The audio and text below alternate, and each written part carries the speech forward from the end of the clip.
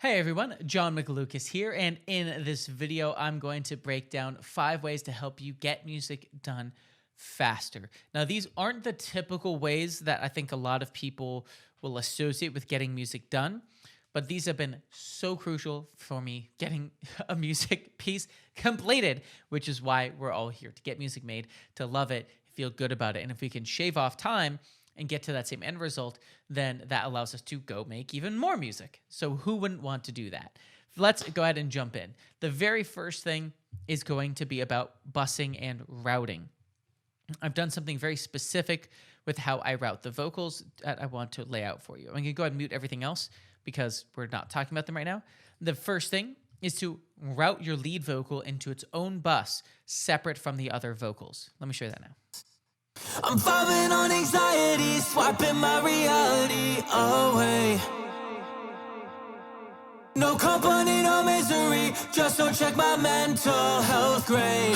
So you can see down here that if I muted everything else and just had the lead, Company, no misery, just don't check my that's just our center lead vocal, and then I have our harmonies. Company, no misery, just don't check my mental health grade. And then the same thing goes if we're in the pre-chorus. We have these ahs and ahs going on in the other vocal and not in the lead. We have just the lead vocal. Wishing you the best.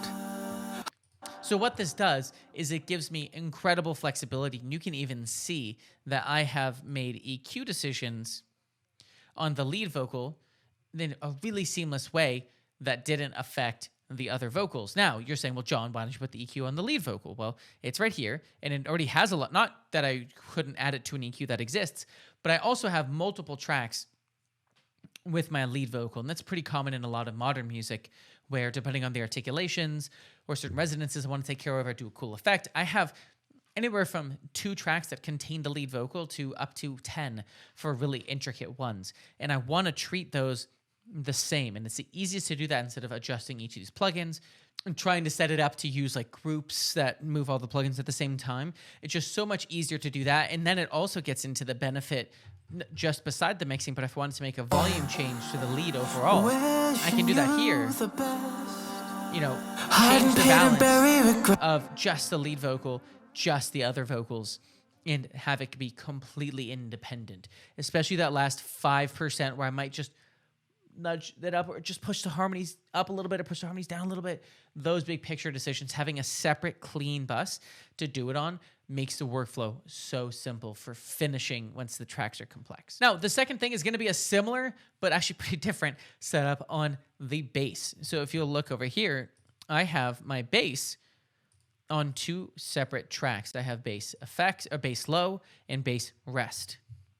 And you can see that they both have information.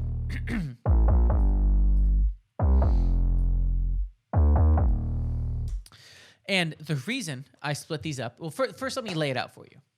What I did is I have a cutoff point here. It looks like in this song, it's at 130. And then on the other track, I have it set at 130 for a high pass. So we have a low pass filter at 130, a high pass filter at 130 on different auxes, and they're receiving the same inputs. They're both receiving for bass here. So what's really nice then is now I have separate control for my sub information from the mid-range. Now, this works out great for anything you need to do with dynamics control, but the biggest thing might be using sidechain compression, right? I want to duck away just the sub frequencies, so that's a great use for it. Or if you want to also automate different aspects of the bass up and down, depending on if you saw the bass video before this or not, because, you know, whichever order they may come to you in your current universe, one of the things I talked about was automating the sub low end to come up and down at certain points. This is a secondary way to have that control, and you can see I took advantage of that, excuse me, throughout this song, pushing it back down outside of the hook so then it comes back up in the hook. add a little more sub energy, and you can really kind of get wild with it if you want to, but it just opens up those possibilities in a much easier way, especially when we're dialing in low end. I love having the control to say, oh, well, across the whole board, it was just too much sub in my bass. I can just highlight, boom, and pull it down a little bit. Instead of going to, again, multiple different basses, pulling them up, pulling them down, I can make the big picture moves here really quickly and move on. Now, the rest of things are just kind of us talking about it, and it's really important because I know there is a written word associated with this, but I know I bring commentary whenever I'm talking through these concepts, and these are really important, although outside of the DAW.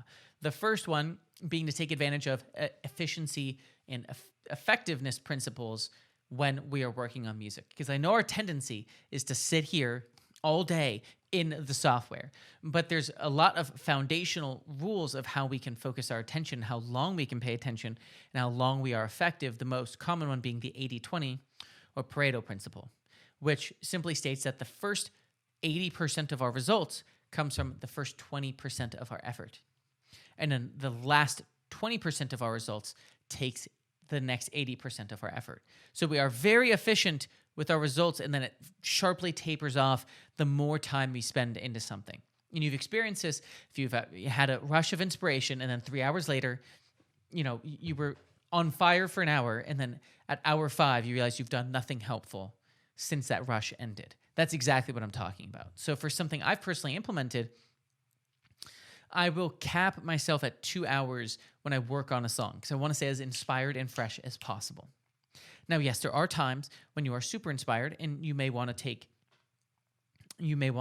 this further, but as long as I'm not in a super inspired moment, if I limit myself to those 2 hours roughly at a time on one song, then I'm getting that extra efficient time, and then I'm not spending time where I'm getting less done per hour. It allows me to move on to the next song, stay fresh, move on to the next thing, stay fresh. I can make more music and stay inspired throughout the day instead of trudging along and getting lost in the weeds with specific decisions. Now, the fourth thing is I just, as a general tip, nothing to show you in the DAW, is to avoid automation as much as you possibly can. Automation is fantastic and necessary, and everything I've shown you has had automation in it.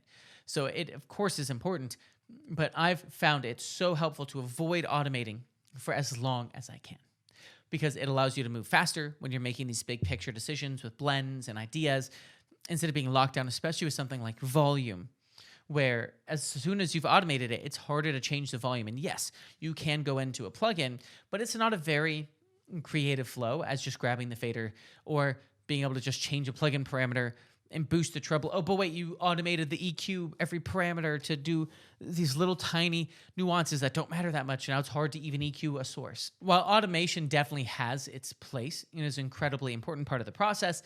Delaying it as long as you can allows you flexibility when you're being creative and building out the tones of the song. The last thing I want to show you is an incredible tool that acts as an automated assistant engineer for you. Now, not sponsored, just a fan. I love this tool called Bounce Butler. What it does is it will bounce your sessions out for you and to save you a ton of time in the studio. Now, what's a great use for this is when you're building out stems to send to a client. I know for myself, I'm setting off anywhere from 10 to 18 stems per song. So drums, bass, guitar, keys, if there's a solo, if they're a pianist and they want piano separate, then lead vocal, harmonies, other vocals, gang vocals, instrumental, acapella, TV mix, all that stuff needs to be assembled, bounced down, and put in one place. So what's great is I can just simply go into my session, I solo the group I want, highlight the parameters of the start and end time, which I leave stagnant the whole time through this process. I will save it. I have the name test in here because this is I don't want to actually ruin the sessions I have named for this. I'm going to bounce this out after this conversation today, but I would just give it the session, the name of the song, and then the part I'm going to bounce out. And with it soloed, then I hit save, and then I just go ahead and say, yeah,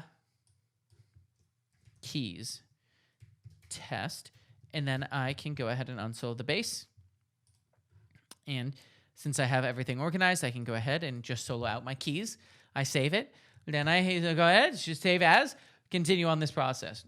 And then what happens at the end is you end up with all of these files here that are in place and ready to go. So all you have to do with this Bounce Butler tool is you drag them in and you set these settings. So it allows you to set what kind of file you want, the format, bit depth, sample rate. If you want it to be offline, it can just go to the default. I have it do offline bounces. If you wanted to import files, how you want it to set the selection, and what you want it to name the file. So I set it to session name because then I've already named it here. So the John Harm vocal will be named John Harm vocal as the bounce. So keeps it easy. And if you want to add any appendages at the end, and then you can select a folder to place it into. Then once you have all of those preset, you hit bounce, and then you can go ahead and say, let's bounce. I'm not going to go ahead and do that, but it'll then walk through the steps. It'll actually open Pro Tools for you, set the bounce up, hit bounce, wait for it to be done. Okay, cool. It'll close down the next session, close down that session, open up the next one, hit bounce, let it bounce, close it down, make sure everything's in the right place. And it is such a time saver. It has saved me easily an hour per song using this tool to automate the stem process. Instead of, it's literally like having an assistant come in and work at your desk for you an hour every song, at 2 hours every song, whatever you need to get done. So this has been insanely valuable, and I cannot just speak of this highly enough to save you time, get more songs done faster, and be able to continue to create. Now, I hope you found these 5 things valuable to speed up your workflow, to allow you to mix faster with the way I have things routed with busing, with the principles of efficiency we discussed, avoiding automation, and using a tool like Bounce Butler to automate steps of your process that you could easily automate. Now get out there, work hard, and remember, kindness wins. I'll see you in the next one.